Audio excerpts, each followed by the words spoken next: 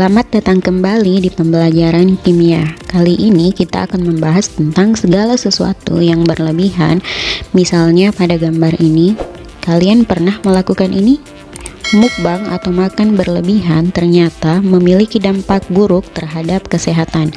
Salah satu di antaranya adalah bisa menyebabkan obesitas. Nah, dalam Islam sendiri segala sesuatu yang berlebihan itu sangat dilarang oleh Allah. Dan ini sejalan dalam reaksi kimia. Sebenarnya dalam reaksi kimia itu harus selalu ada kesetimbangan antara produk dan bereaksi. Dan ini telah dikemukakan sebelumnya oleh ahli yang bernama Lavoisier dalam hukum kekekalan massa Lavoisier. Seperti yang telah dijelaskan sebelumnya bahwa dalam hukum kekekalan massa Lavoisier, massa bereaksi harus sama dengan massa hasil reaksi pada keadaan tertutup. Artinya jumlah atom bereaksi harus sama dengan jumlah atom hasil reaksi. Jumlah atom yang di sebelah kiri harus sama dengan yang di sebelah kanan. Nah, dalam penyetaraan reaksi ini ada dua cara yang bisa kalian gunakan. Cara yang pertama cara langsung atau cara uji coba. Kemudian cara yang kedua, cara aljabar atau dengan teknik pemisalan. Kedua cara ini masing-masing memiliki kelebihan dan kekurangan. Nah, selanjutnya kalian bisa menyaksikan sendiri di video ini. Di bagian akhir video nanti kita akan membahas contoh soal tentang penyetaraan reaksi.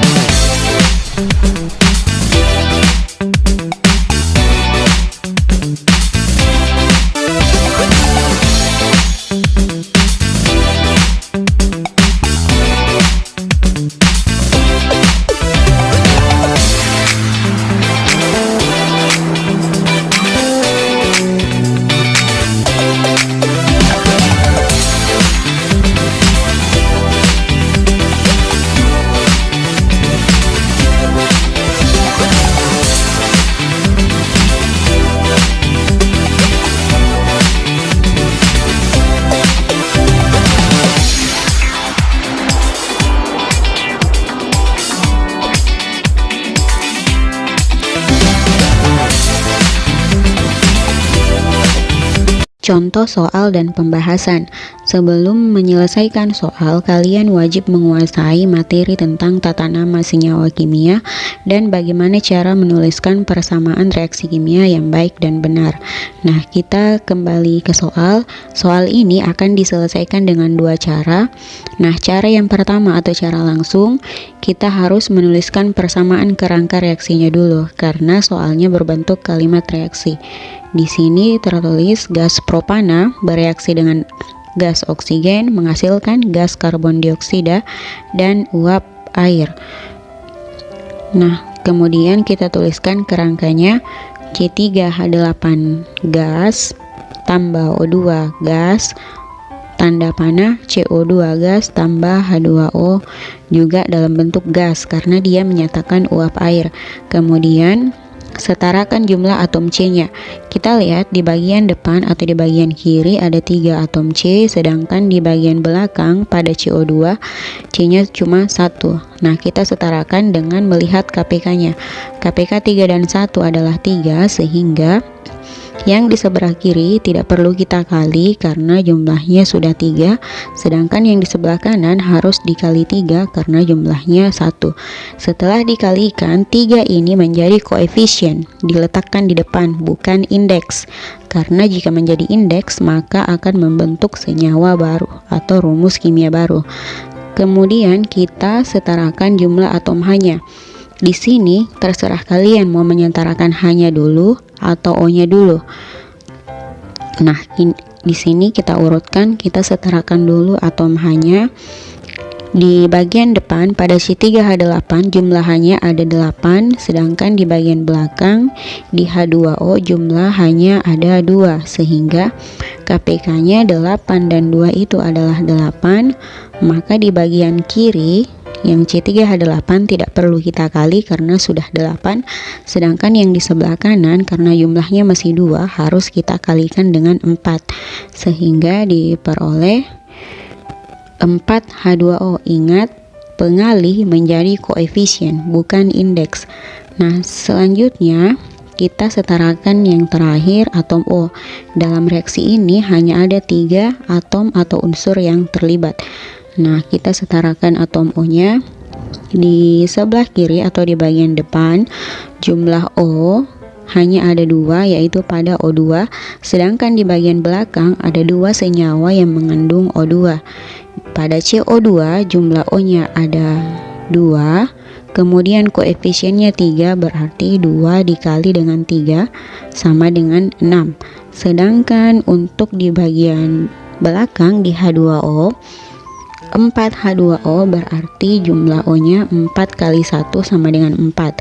Jadi di sebelah kiri ada 2 pada O2, sedangkan di sebelah kanan totalnya ada 10. KPK 2 dan 10 adalah 10. Agar 2 bisa menjadi 10 maka harus dikali 5. Ingat, seperti biasa, pengalih menjadi koefisien, bukan indeks. Nah, setelah semua atom atau unsur yang terlibat dalam reaksi sudah disetarakan, kita cek kembali. Nah, fungsi pengecekan ini untuk tahu apakah penyetaraan kita sudah benar atau salah. Jika jumlah seluruh atom sebelah kiri dan sebelah kanan sama, berarti reaksinya sudah benar. Nah, setelah kita cek di sini, alhamdulillah semua atom jumlahnya sudah sama, berarti penyetaraan reaksi kita sudah benar. Cara kedua yang bisa kita gunakan untuk menyelesaikan persamaan reaksi yaitu cara tidak langsung atau aljabar. Nah, untuk cara tidak langsung, kita memberi koefisien dengan simbol tertentu untuk setiap unsur atau senyawa dalam reaksi. Boleh menggunakan simbol ABCD, PQRS, atau terserah kalian. Nah, di sini kita menggunakan simbol PQRS. Nah, setelah memberi koefisien pemisalan, perhatikan setiap unsur yang terlibat dalam reaksi. Di reaksi ini ada 3 unsur yang terlibat, yaitu C, H, dan O. Identifikasi di mana saja ada unsur C. Nah, di C di sini ada di 2 tempat, yaitu di C3H8 dan CO2, sehingga persamaannya menjadi 3P sama dengan R. Untuk H juga ada di 2 tempat, ada pada C3H8 dan H2O, sehingga persamaannya menjadi 8P sama dengan 2S.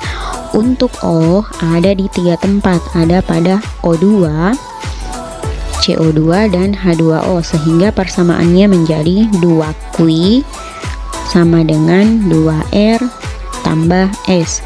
Nah, setelah persamaannya terbentuk, pilih salah satu koefisien atau salah satu huruf untuk dimisalkan dengan 1. 1 dipilih karena angka ini yang paling kecil dan mudah dihitung. Nah, setelah dimisalkan 1, yang dimisalkan di sini adalah P. Pilih di persamaan berapa yang mengandung huruf P. Kita lihat di sini ada di persamaan 1 atau 2. Karena persamaan 1 lebih sederhana dihitung, jadi di sini dipilih persamaan 1. 3P sama dengan R. Kita ganti nilai P-nya sama dengan 1, berarti 3 kali P sama dengan R, 3 kali 1 sama dengan R, berarti R-nya sama dengan 3. Nah, setelah itu kita cari lagi di persamaan keberapa yang memiliki P. Ternyata ada di persamaan 2. 8P sama dengan 2S. Ganti nilai P-nya sama dengan 1, berarti 8 kali 1 sama dengan 2S. 8 kali 1 sama dengan 8, 2S-nya tetap, berarti 8 sama dengan 2S. 8 dibagi 2, hasilnya 4, berarti S-nya sama dengan 4. Nah, P-nya kita sudah peroleh sama dengan 1. R-nya sama dengan 3, S-nya sama dengan 4. Yang belum adalah Q. Cari di persamaan keberapa yang mengandung Q. Ternyata ada di persamaan ketiga. 2Q sama dengan 2R tambah S. Nah, di sini kita lihat untuk memperoleh Q, kita harus mensubstitusi nilai R dan S. Kita masukkan nilai R-nya sama dengan 3, diperoleh tadi di langkah keempat, kemudian S-nya sama dengan 4. Kita masukkan nilainya. 2 kuis sama dengan 2 kali 3 tambah 4. 2 kali 3 hasilnya 6. Jadi diperoleh persamaannya 2 kuis sama dengan 10. 10 dibagi 2 sama dengan 5. Sehingga hasil akhirnya diperoleh P-nya 1, Q-nya 5, R-nya 3, dan S-nya 4. Koefisien ini sama persis dengan cara satu tadi, cara tidak langsung.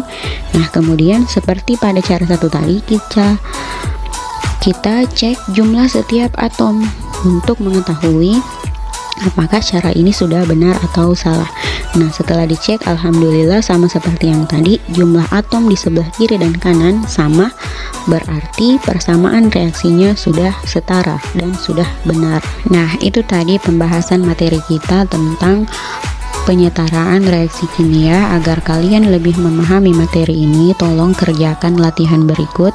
Ingat, semakin sering kalian berlatih, semakin mahir kalian nantinya. Sampai jumpa di pertemuan selanjutnya.